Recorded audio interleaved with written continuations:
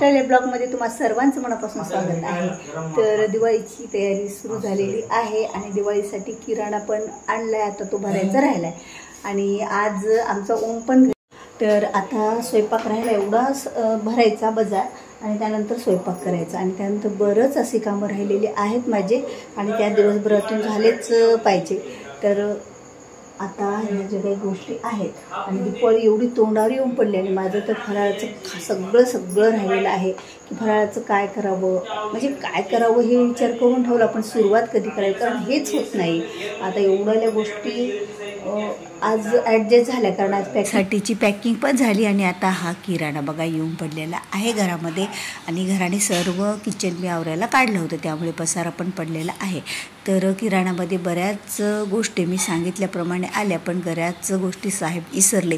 जे नाही पाहिजे ते पण जास्त प्रमाणात आणलं आणि जे पाहिजे ते खूपच कमी प्रमाणात आणलेलं आहे, कारण मला काही सोबत जाणं झालं नाही, त्यामुळे असा हा गोंधळ होतोच। खरंच प्रत्येक ठिकाणी जर आपणच राहिलो तर त्या गोष्टी खरंच व्यवस्थित होतात, पण खरंच काही ठिकाणी आपण जर नसलो तर त्या गोष्टीला म्हणजे त्या गोष्टी ॲडजस्ट कराव्या कशा। आता बघा, तर ही तर दिवाळी आहे आणि दिवाळीमध्ये तर ज्या गोष्टी आवश्यक आहेत त्या तर लागतातच। याचा सण म्हटलं तर खरंच खूप मोठा सण समजला जातो, कारण 7 दिवसाचा तब्बल सण आणि प्रत्येक दिवसाला एक वेगळं एक असं तर महत्त्व आहेच आणि प्रत्येक दिवसाची सुरुवात आणि त्या दिवसभराचं पूजा, त्या दिवसाचं महत्त्व, त्या दिवशी जे काही नियम हे सर्व काही पाळावेच लागतात आणि सकाळचं अभंग स्नान एक आणि साहेबांनी बऱ्याच गोष्टी विसरल्या पण होत्या। आता त्यांना मला सांगावं लागेल की बऱ्याच गोष्टी विसरलेल्या आहेत।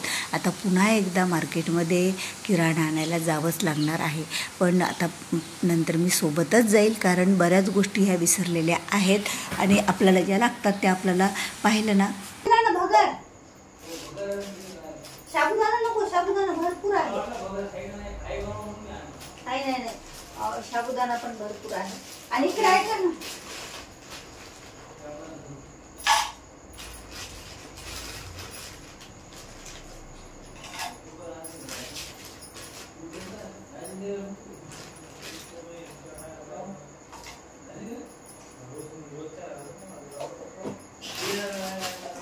ओमनं आणलेले त्यांच्यासाठी आणि त्यांना थोडं मोठं पण व्हायला आहे।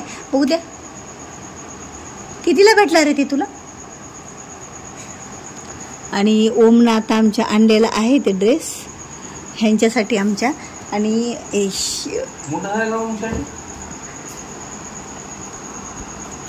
इकडे पहिलवान दिसायली ती राईट आले तुम्हाला त्याच्यापेक्षा लहान किती घेतात ते आले नाही बरोबर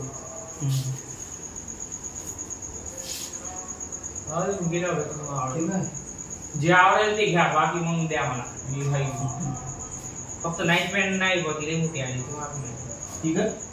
झाला तर घरी काय करावं हाही प्रश्न पडतो, तर आज मी हा व्हेज पुलावा केला कारण उशीर झाला होता आणि लवकर फास्ट काय होईल तर खरंच व्हेज पुलावाच होणार आणि व्हेज पुलाव्यासाठी सुद्धा बऱ्याच गोष्टी हो ना। तर आता हे खिचडीसाठी मी इथं बटाटा कापून घेतला, मिरची कापून घेतली पुलाव्यासाठी आणि काजूचे थोडे काप घेतले आणि 2-4 लवंगा घेतल्या कारण जास्त तिखट होईल म्हणून खडे मसाल्यामध्ये आणि तेजपत्ता घेतला, टोमॅटो एक चिरून घेतला आणि एक कांदा चिरून घेतला आता। आणि हे तांदूळ इथे मी भिजत घातलेले आहेत, अर्धा तास झालं।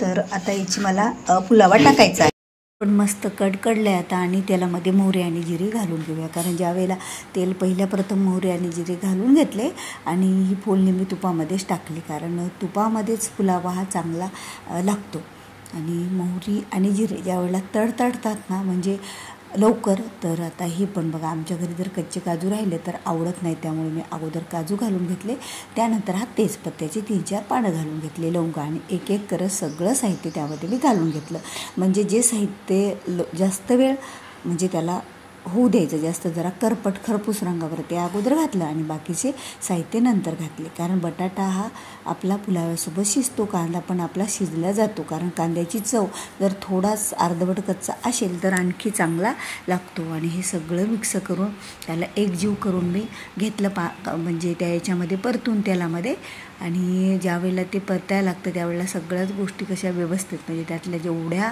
वस्तू टाकल्या तेवढ्या त्याला भाजून घ्यायच्या आहेत खरपूस रंगावर तेलामध्ये चांगल्या झाल्या ना की मग आपला पुलाव पण टेस्टही चांगली लागतेच. आता सगळ्या वस्तू तर माझ्या छान झालेल्या आहेत आणि त्याला 5 मिनटं मी परतून घेतलं आणि त्यामध्ये आता हे तांदूळ स्वच्छ धुवून मी टाकले. जे अर्धा तास भिजत घातलेले होते ते तांदूळ मी त्यामध्ये टाकलेले आहेत.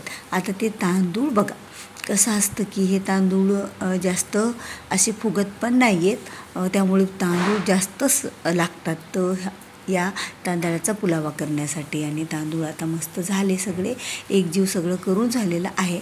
आणि मध्ये मला असं वाटत होतं की चला आता ही पुलावा टाकून बऱ्याच गोष्टी आपल्याला करायच्या राहिलेल्या आहेत, म्हणजे घरामधली बरीच कामे ही राहिलेली होती, तर आता ती कामेसुद्धा करून घ्यायचीत.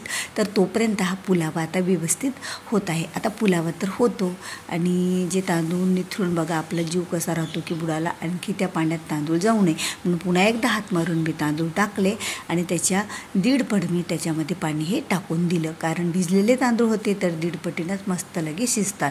तर अगोदर उकळा झाकण लावायच्या अगोदर शिटी काढायच्या अगोदर एक उकळा मी करून इथे घेते, कारण त्यामुळे एकजीव जे काही आपण टाकलेले पदार्थ आहेत त्यात वस्तू आहेत ते सगळ्या एकजीव. दिवा पण छान चमकायला लागलेला आहे. आता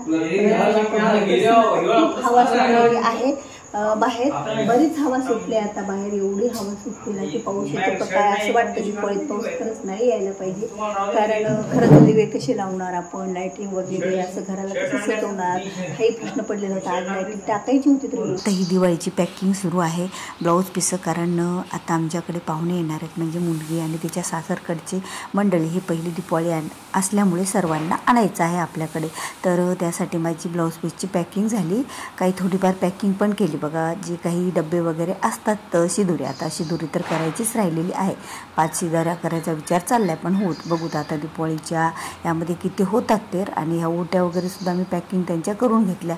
ज्या साड्या आल्या तर त्या साड्यावर ओट्या व्यवस्थित ठेवायच्या, कारण यामध्ये बांगड्या घालायच्या राहिल्यात, त्यामुळे त्याची पॅकिंग व्यवस्थित समोरून करून घ्यायची राहिली. तोपर्यंत मी त्यातलं साहित्य पडेल म्हणून त्याला एकमेकाला बांधून असं ठेवलं आणि बाकीचा ते डब्बा पण तयार ठेवला, जे ड्रायफ्रूट वगैरे आपले जे मुखवासची सुपारी, बडीशेप, विलायती, लवंगा हे सर्व डबा पण भरून झाला.